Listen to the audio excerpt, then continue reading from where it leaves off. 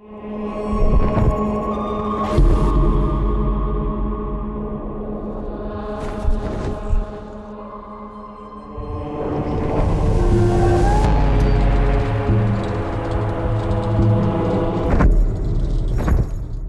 a no-holds-barred, unrelenting, never say die, just not gonna give in. If anything sort of confronts him, he's ready to go up against it. Kind of a brutal bastard. Dante's not a good guy. He's like, ah! He's a guy who kicks down the doors of hell, quite literally. Kind of a basically.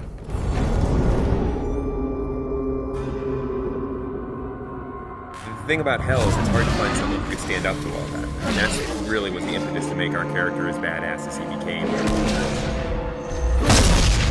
The poet, as he goes through hell, he's fainting, and Virgil picks him up and carries him over spots. And that's not a character that we could use for a hero.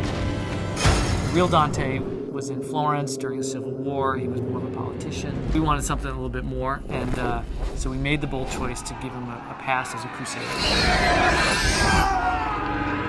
He's had a pretty tragic and, screwed up past. A lot of things in his past that haunt him. He's definitely not some straight sort of action hero. I like the fact that he's a little bit more human. I mean, obviously he's wielding this giant scythe that most of us couldn't lift, and I know because we built one for Comic-Con. So he's definitely, superhuman in that sense. But there are certainly moments in the game where he's not sure if he can go on. I think the story kind of demanded that he be a little bit more complex.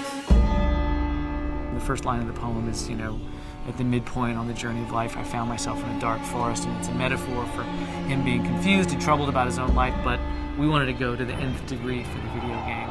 And so we wanted him to basically have committed all these horrible sins. Dante is guilty of all 9 sins and then some. Definitely start to see how his family factors into it, and you might start to see some familiar faces as you're going through hell and how that sort of messes with him. He's done a lot of bad things in his life.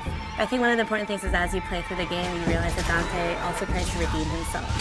The tapestry on Dante's chest is basically this enormous symbol of guilt for him, summing up all the terrible deeds that he's done, or all the terrible moments and memories of his life. The tapestry represents Dante's realization that he needs to suffer for his sins, the same way that people have suffered by his hand. Remembering things, but he's remembering horrible things, so we wanted them to be like nightmares, And we knew that we wanted a really cool mechanism for showing those kind of flashbacks in the game. He's literally wearing the sins of his past sewn into his chest, and he's the one who's sewn them in there. We unfold his past transgressions through a series of flashbacks. Start to discover how much of a bastard Dante really was. Greed specifically is a turning point where you've discovered a lot more about Dante than maybe you even want to know about. Greed's a little more of a cerebral level. It's about puzzles. It's this very mechanized place with gears and motors, as opposed to most of hell, which is very organic. It's in a lot of ways the most hellish level. People are being tortured there in ways that you haven't seen yet. It's almost a big stone factory of torture. One of the big set pieces of Greed is the Wheel of Fortune. Everything in Greed is kind of controlled by this twisted wheel of possibilities. The Hoarder Waster are actually 2 characters in the poem. We've combined them into one. Technically are 2 people, but they've been sewn together. One wants to hoard, collect wealth, the other wants to constantly expend wealth.